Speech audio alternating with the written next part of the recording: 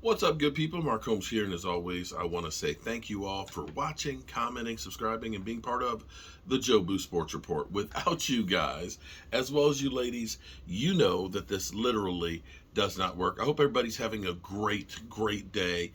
We have some breaking news right now that could definitely affect the Dallas Cowboys.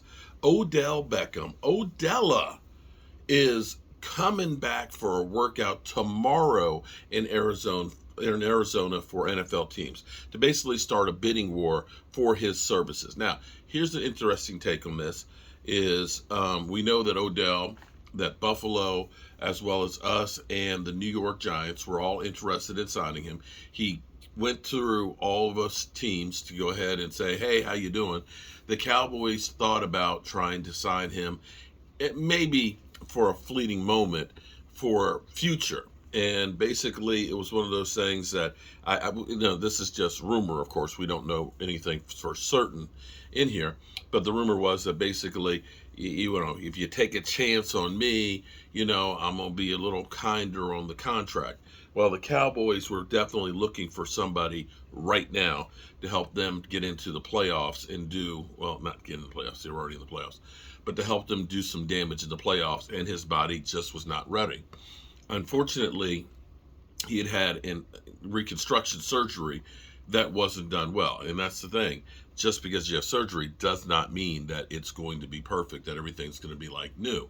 And in his case, it was never quite right for that last year he was in Cleveland, as well as for his time when he was in Los Angeles with the Rams. But he was productive. Now, here's the thing I want to say, because it's amazing to me because people always look at Zeke Elliott's production. Zeke Elliott, who, they say every year, oh man, his yards per game have been going downhill. He's not the same guy. His yards per carry average has been lessened and so on. Now, make no mistake about it, Odell has made some catches. He's had 531 catches for 7,367 yards and 56 touchdowns. But he is now 13 months removed from that second ACL surgery. Now, here's the thing: as I look at his statistics, I want you to know that the last time he was a 1,000-yard receiver was 2019. 2019. This is 2023 season. The last time I believe he was a Pro Bowler was 2016. Now, granted, he was having Baker Mayfield throw to him in Cleveland, so maybe you can hold that against him. But in 2020, he had 319 yards, 13.9 yard average. Now, keep in mind, the first years of his career, he was averaging 14.3, 15.1, 13.5, 12.1, 13.7, 14, and then 2020, 13.9, which is definitely less than what he usually had. But you can also look at his yards per game. His rookie year, he was 108, 96, 85, 75, 87, 64, 45. And that was in 2020 with the Cleveland Browns. Interestingly enough, here's where it's kind of surprising. That last year that he was in Cleveland, before he got traded, he was averaging 38.7 yards per game and 13.6 yards per completion. Okay? He goes to the Rams, gets a Super Bowl with them. His yards per completion going from Baker Mayfield to Matthew Stafford dropped by 2.3 yards per completion. Now, maybe they used him differently. His yards per game dropped over half a yard. So people will say, well, he played great with the Rams. He did have 5 TDs versus 0 versus the Browns. But you look at all of the help that was there. It wasn't like there weren't great receivers all the way around, as well as a great offensive mind. So my thing is with Odell, who I can guarantee you that he's looking for at least Michael Gallup money, if not more. For him to be doing a workout says that he is fully healed and he is looking for that big payday.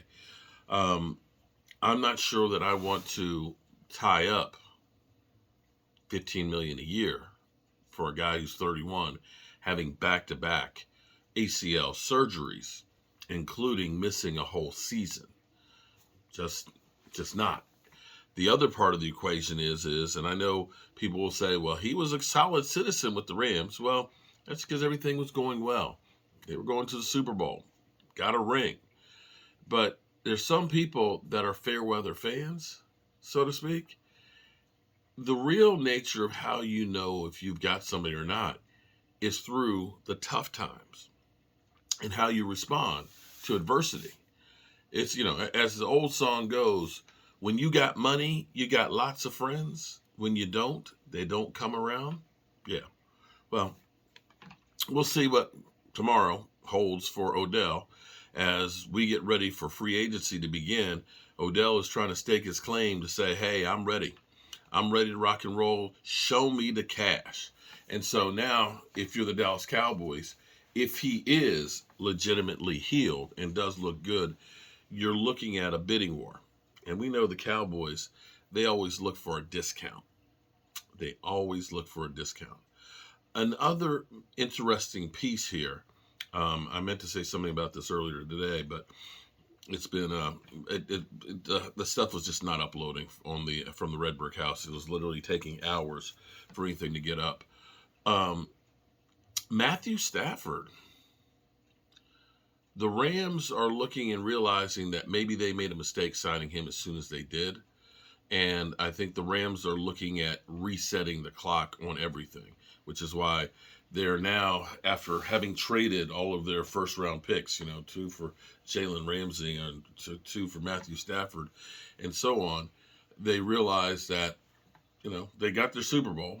It's time to start over.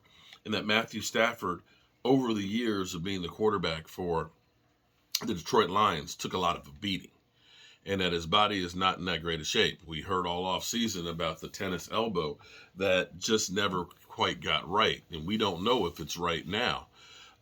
They are looking at shopping him around to see, if we can get some draft capital back and get some cap relief, because they signed him to a deal, $40 million a year as well.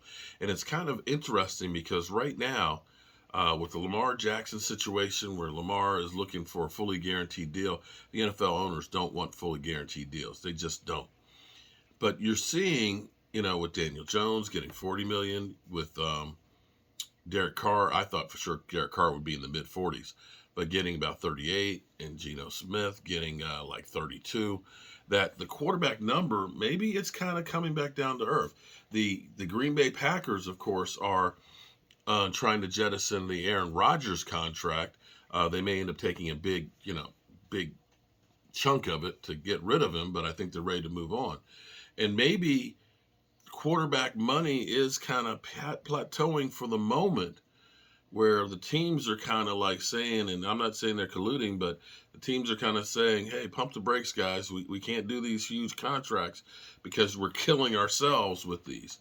And maybe that's beginning to kind of level out a little bit, because at first it looked like it was just going through the moon.